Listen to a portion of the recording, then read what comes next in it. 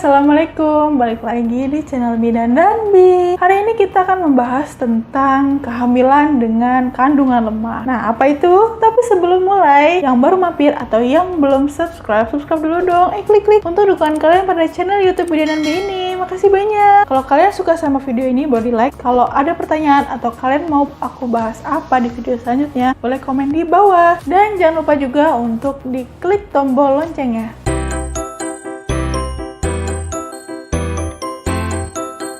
Salah satu penyebab dari keguguran dan juga kelahiran bayi prematur itu adalah kondisi kandungannya lemah. Mungkin kita sering banget ya dengar istilah kandungannya lemah gitu kan. Mungkin ibu punya teman atau keluarga atau ibu sendiri ngalamin kondisi kandungannya lemah. Nah, di video kali ini kita akan membahas tentang kehamilan dengan kandungan lemah. Jadi apa itu kandungan lemah, gejalanya kayak apa, terus penyebabnya kenapa, dan gimana sih cara untuk mengatasi kehamilan dengan kandungan lemah ini. So, tonton video ini sampai selesai ya, oke?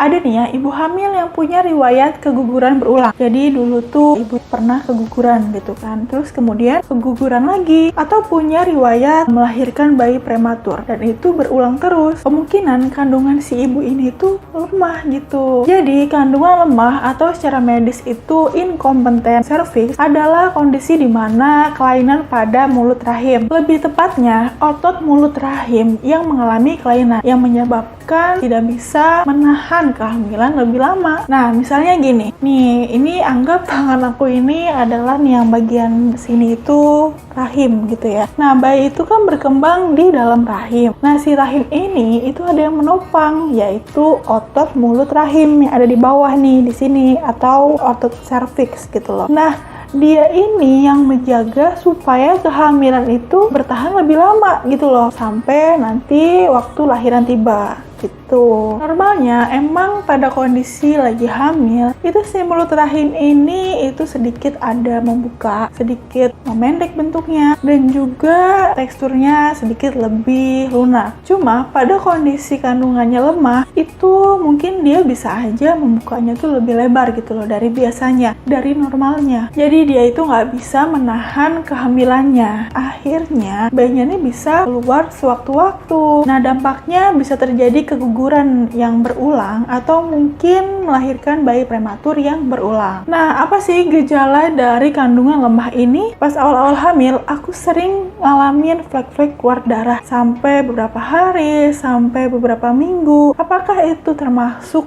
kandungan lemah? Iya, itu mungkin bisa jadi kandungannya lemah. Jadi sebenarnya gejalanya ini kalau di awal-awal kehamilan itu kebanyakan nggak diketahui gitu loh. Karena memang pada saat itu kehamilannya itu masih kecil gitu ya. Artinya belum terlalu besar memerlukan peranan si mulut rahim itu, karena kan emang kehamilannya itu masih kecil. Kecuali kalau hamilnya udah tambah besar. Biasanya gejalanya itu dialami itu ketika di awal-awal trimester kedua. Jadi ketika usia kehamilan itu 3 bulan ke atas, atau mungkin di awal-awal trimester ketiga, kayak 7 bulanan ke atas gitu. Rata-rata 4 bulanan itu udah muncul gejalanya. Jadi pas lagi hamil 4 bulan, tiba-tiba kok sering keluar flek darah, atau mungkin perutnya sering sakit, sering kram, kayak kita lagi mau menstruasi, atau mungkin panggulnya tuh kok kayak ada yang neken, pinggang kok sering sakit. Bisa aja itu gejala salah satu kondisi kandungannya lemah. Cuma emang nggak spesifik. Biasanya sih kita taunya karena hamil kok sering ngeflek, itu kenapa? Atau mungkin dari riwayat sebelumnya. Kok sering keguguran, pernah keguguran berapa kali misalkan, atau pernah ngelahirin bayi prematur beberapa kali gitu. Cuma kalau di awal-awal baru pertama hamil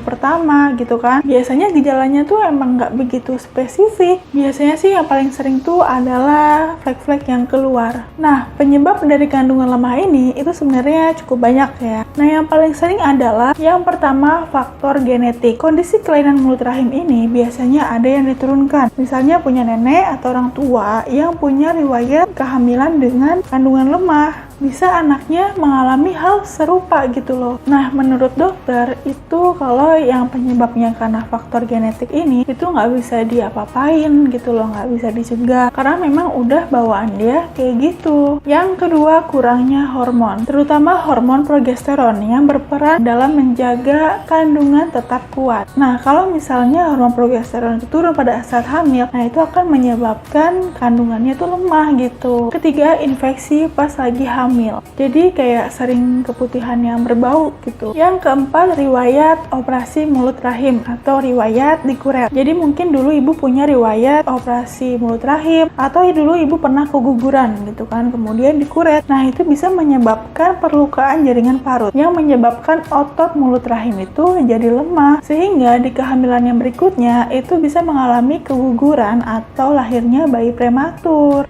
Lalu, kalau ibu kurang nutrisi pada saat hamil, berat badannya kok nggak naik-naik, malah justru turun gitu berat badannya. Atau ibu yang dari sebelum hamil udah gemuk, terus hamil jadi tambah gemuk lagi. Atau ibu yang dari awal kurus dan kurus terus pas lagi hamil, ini bisa aja menjadi penyebab meningkatnya resiko kandungannya lemah. Makanya ibu perlu banget memperhatikan nutrisi pas lagi hamil. Nah, bisa juga karena kelainan pada bayinya, janinnya sendiri. Mungkin ada kelainan kromosom yang terjadi pada saat bayi masih dalam bakal janinnya. Ini juga bisa meningkatkan kondisi kandungannya lemah. Artinya sebenarnya di awal-awal hamil itu udah akan muncul gejala kayak sering ngeflek atau mungkin keguguran. Itu juga bisa terjadi. Nah, terus gimana nih kalau misalnya punya riwayat kandungan lemah atau mungkin sekarang pas lagi hamil itu didiagnosis ibu mengalami kandungan lemah gitu loh di kehamilannya. Gimana nih caranya? Tentunya selain hal rutinitas selama hamil yang harus dilakukan, kayak kontrol kehamilan, makan makanan yang bernutrisi tinggi, konsumsi vitamin saat hamil, menghindari alkohol, menghindari rokok, menghindari paparan zat kimia lainnya. Tentunya pasti ibu akan disarankan untuk bed rest pada saat hamil oleh dokternya. Bed rest ini artinya ibu harus istirahat total di rumah. Nggak boleh melakukan aktivitas dan harus di tempat tidur. Ini mencegah supaya nggak muncul gerakan-gerakan pada saat ibu beraktivitas yang bisa meningkatkan resiko dari kandungan lemahnya ini, yaitu bisa menyebabkan janinnya itu bisa luruh sewaktu-waktu. Makanya harus diusahakan untuk bed rest ya. Selain itu, dokter juga bisa kasih obat-obat penguat kandungan, obat hormon untuk menguatkan rahimnya. Biasanya nih di awal-awal hamil atau ibu punya riwayat keguguran atau ibu pernah